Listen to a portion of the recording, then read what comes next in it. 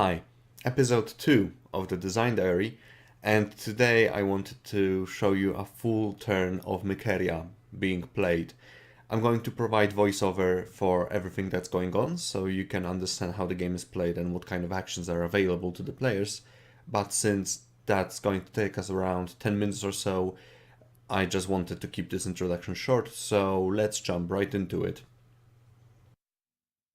This is the third turn of the game, and at the beginning of this turn, player points are as follows. Player 1, Serifara, has 16 cult points and owns 3 novices.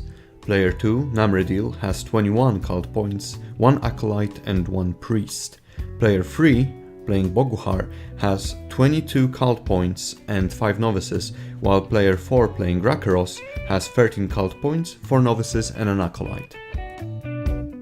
Each turn in Mykeria consists of 4 phases. The first one is drafting, then initiative, then action phase, and finally the scoring. We will begin with the drafting phase. During the drafting phase, players are dealt 5 common cards, and from these 5 common cards they are supposed to choose 2 cards in the first round of the draft.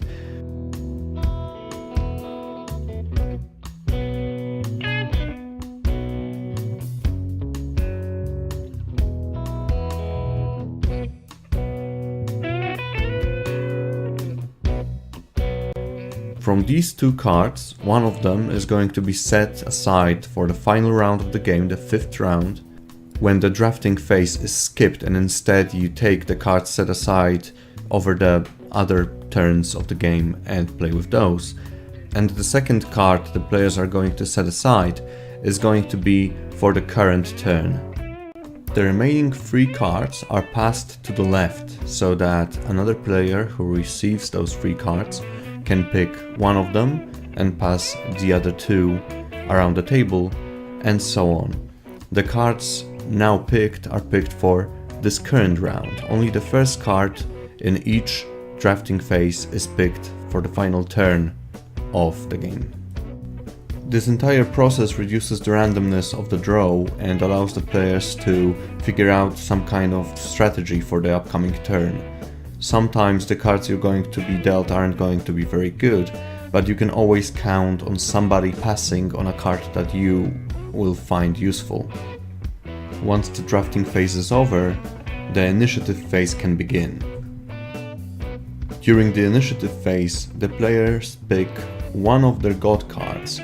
God cards are special cards unique to every player, and each of those cards has an initiative rating. So the card you pick is going to be your special power for the turn, but it's also going to determine the turn order for this turn. The players make this choice knowing what their common cards are, so they can pick something helpful, something that they don't have in their common cards for this turn. Once everyone has picked their cards, they are simultaneously revealed. The choices for the players in this turn are as follows. Player 1 chose the Miracle of Life card for an initiative value of 6.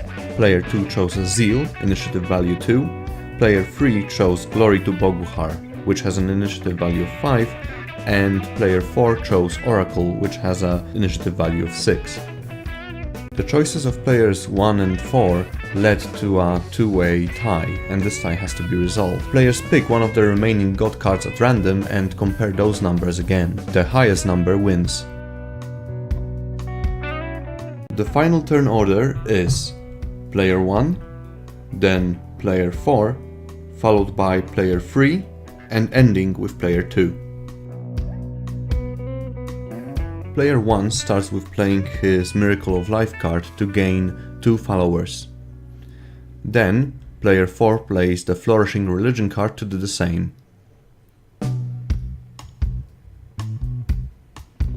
Player 3 follows with a Change of Belief card, which allows him to take 1 novice and put him in his own novice pool.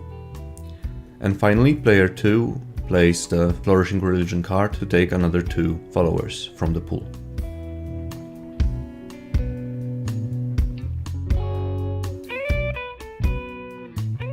Player 1 does the same, And finally, player 4 grabs the final 2 followers from the pool using the same Flourishing Religion card. The Flourishing Religion card played by player 3 right now has a different function, and it allows him to increase the faith of one of his followers by 1. While this situation is not uncommon, note that the Flourishing Religion card is both quite common in the common card deck, and it hasn't really been around during the first 2 turns of the game. This is the first time that so many copies of this card came into play, which is why this follower pool was depleted so quickly and why player 3 couldn't have used the card to gain 2 more followers, as is its basic function. Instead, he opted to use the card to increase the fate of one of his followers by 1, which is the alternative way this card can be used in the case of an empty follower pool, as you could see right now.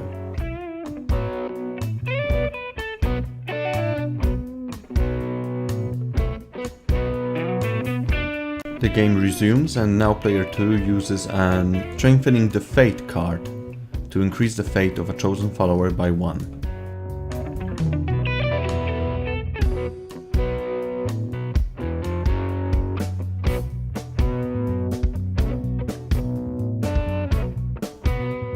Player 1 plays the Change of Belief card.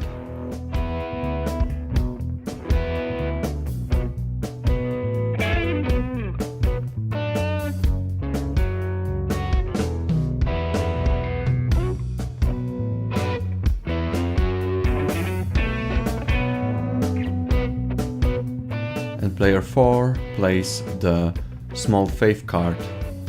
But player 1 counters with a Divine Intervention card, which cancels the effect of that card, which would take 1 novice from player 1, remove him to the removed follower pool. Player 3 plays his special action. This is the action that every player has, to increase 2 of his followers to acolytes from novices.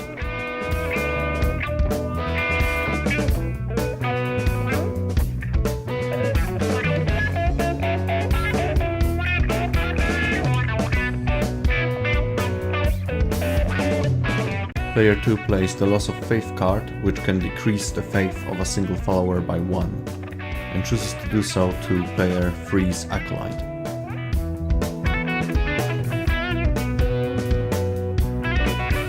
Player 1 now uses the special action to increase the fate of 2 of his novices and change them into acolytes.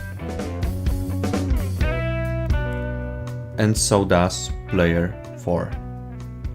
Player 3 plays the Strengthening the Fate card to increase the fate of one of his followers by 1. Player 2 now uses the special action to increase the fate of 2 followers.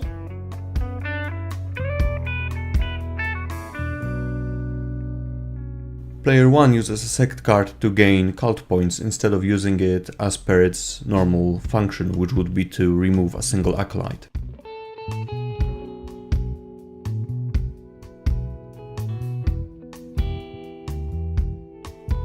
Player 4 uses his special Oracle card to increase the fate of 2 acolytes by 1, creating 2 priests.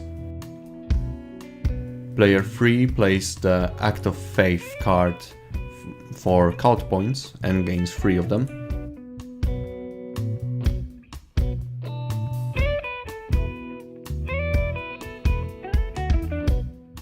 And player 2 plays the Loss of Faith card to decrease the fate of one of player 4's priests by 1.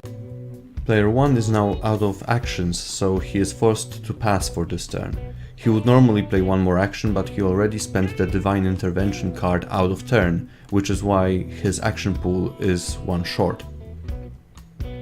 Player 4 plays his final action, which is the Small Faith card, and he destroys 1 novice. Player 3 now plays his special card to sacrifice 1 of his acolytes in order to increase the fate of 2 of his novices so that they become acolytes. With all their actions done, the players now proceed to the scoring phase. Player 1 gains 6 points, 1 for each of his novices, and 4 points, 2 for each of his acolytes. That brings him from 19 points to 29 points. Player 4 gains 4 points for his novices, 4 points for his acolytes, and another 4 points for his priests. Because he has all the follower types, there is a special bonus, and that's additional 5 points. This brings him from 13 points to 30 points. Player 3 gains 8 points for his acolytes, and also gains the most acolytes bonus, which is plus 3 points. That brings him from 25 points to 36 points.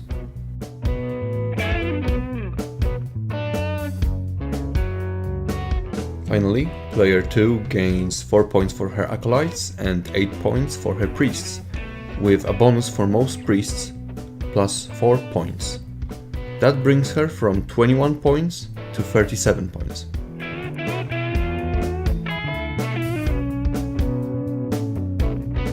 This brings the turn to an end. Next, the players would replenish the follower pool by placing the 2 followers in the removed follower pool into the active follower pool. They would change the turn number to 4 and begin with the drafting phase again. I hope that you enjoyed this short presentation of how a sample round of Mykeria can turn out, and I hope that you'll come back to see some more materials about the game. If you found this interesting, I encourage you to follow me on Patreon and become one of my patrons. That way, you will stay up to date with all the info about the game and its development. What's more, Mykeria is only one of the projects I'm going to be talking about. The other one is a game which I'm just prototyping, and I'm really excited about it. So I hope to see you around in my activity feed, and I'm looking forward to your feedback. Thanks for listening.